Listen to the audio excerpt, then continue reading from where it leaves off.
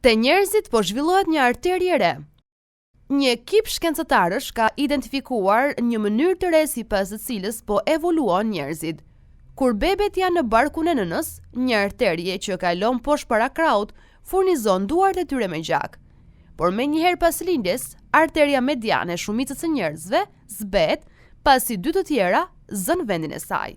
Një studim i botuar së fundmi tregon se përqindja e njerëzve që mbajnë këtë arterie është rritur që prej të paktën shekullit të 18.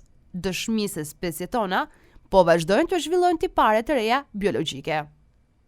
Ky është mikroevolucion në njerëzit modern dhe kjo arterie është një shembull i përsosur për atë se si ne jemi ende në proces evoluimi, tha në njoftim përshtyp autori i studimit. Bazuar në të dhënat ekzistuese dhe analizat e reja të kufomave, ekipi i studimit zbuloi se vetëm 10% e njerëzve të lindur në vitet 1880 e kishin mbajtur këtë arterie, ndërsa 30% e tyre të lindur në fund të shekullit të 20 e kanë ruajtur.